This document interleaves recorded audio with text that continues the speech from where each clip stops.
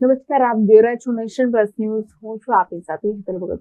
આજરોજ Indian medical association Vadodara બ્રાન્ચના ઉપક્રમે આયોજિત વિનસ પહેલ ગરબા મેદાનનું ભૂમિપૂજન કરવામાં આવ્યું હતું.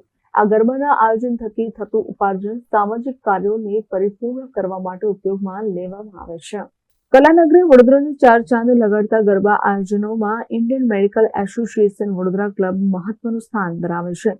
આજરોજ ભૂમિપૂજન પ્રસંગે વડોદરાના સાંસદ ડોક્ટર હેમાંગ જોશી, શહેર ભાજપ અધ્યક્ષ ડોક્ટર જયપ્રકાશ સોની, મહામંત્રી સત્યન કુલાબકર, માજી શહેર અધ્યક્ષ ડોક્ટર વિજય શાહ, બ્રહ્માકુમારી અટલાદરાના મુખ્ય સંચાલિકા અરુણા દેવી સહિત મોટી સંખ્યામાં આમંત્રિતો ઉપસ્થિત રહ્યા હતા.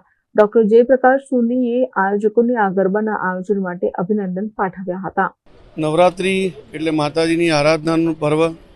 ગુજરાતની અંદર ખૂબ ધૂમધામથી નવરાત્રિ ગરબાના માધ્યમથી લોકો દ્વારા માતાજીની આરાધના કરવામાં આવે છે.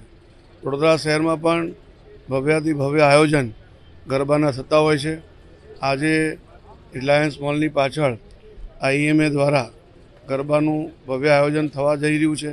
એનું આજે ખાતમુહૂર્ત હતું અને આજે ગરબાનું આયોજન છે બહુ સારી રીતે સંપન્ન થાય એ માટે IMA અને તમામ એમની ટીમને હું ખૂબ ખૂબ અભિનંદન અને શુભકામનાઓ પાઠવું છું. ઓપી રોડ ખાતે રિલાયન્સ મોલની પાછળ આવેલ વિનસ પહેલ મેદાનમાં ખેલૈયાઓ સુરક્ષિત વાતાવરણની સાથે પરંપરા અને સંસ્કૃતિની સાથે ગરબા રમી શકે તે માટેનું સુચારું આયોજન આયોજકો દ્વારા કરવામાં આવ્યું છે. ઇન્ડિયન મેડિકલ એસોસિએશન વડોદરા બ્રાન્ચના તમામ હોદ્દેદારોની ઉપસ્થિતિમાં આયોજિત આ ગરબા એ સમાજ સેવા માટે યોજાય છે, એમ આયોજક ડોક્ટર મિતેશ શાહ અને સાંસદ ડોક્ટર હેમાંગ જોશીએ જણાવ્યું હતું.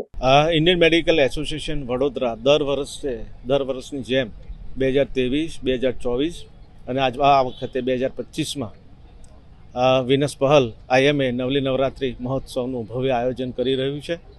દર વર્ષની જેમ અમારી આ સેમ થીમ છે કે અમે પ્રયાસના બાળકોને મદદરૂપ થવા માટે આ સમગ્ર નવરાત્રિનું આયોજન કરીએ છીએ. પ્રયાસના બાળકોના સર્વાંગી વિકાસ માટે, એમના હેલ્થ, એમના એજ્યુકેશન અને એમને સોશિયલ સ્ટેબિલિટી અપાવવા માટે અમે આ સમગ્ર કાર્યક્રમનું આયોજન કરવામાં આવ્યું છે. ગ્રાઉન્ડની કેપેસિટી 10,000થી પણ વધારે છે અને વડોદરાના તમામ લોકો આ ગરબામાં સહભાગી થાય, માતાજીના ઉત્સાહ, ઉમંગ અને ઉલ્લાસ સાથે સાથે પોતાની જાતને મન મૂકીને અહીંયા ગરબે ઝૂમે એવી દરેકને મારી ઈચ્છા છે. અમારા ત્યાં અત્યારે 52 લોકોની સિક્યુરિટી સિસ્ટમ છે, જેમાંથી 30 બાઉન્સર છે અને બાકીના નોર્મલ સિક્યુરિટી છે. એવરીવેર સિક્યુરિટી પોઈન્ટ્સ છે, CCTV કેમેરા છે અને દરેકને કોઈ પણ વ્યક્તિ એન્ટર થાય તો એનું કાર્ડ વેરિફિકેશન થાય છે અને કાર્ડ વેરિફિકેશનના આધારે જ અમે ગરબાના ગ્રાઉન્ડમાં એમને એન્ટ્રી આપીશું. આજે IMA વડોદરા દ્વારા જે વર્ષોથી ગરબાનું આયોજન કરવામાં આવી રહ્યું છે, એ જ શૃંખલામાં આજે આગામી નવરાત્રિના ગરબાના ભૂમિપૂજનનું આજે આયોજન કરવામાં આવ્યું હતું અને શાસ્ત્રોક્ત વિધિ પ્રમાણે ભૂમિપૂજન કરી, આરતી કરી અને IMAના ગરબાની વિધિવત શરૂઆત આજે કરવામાં આવી છે.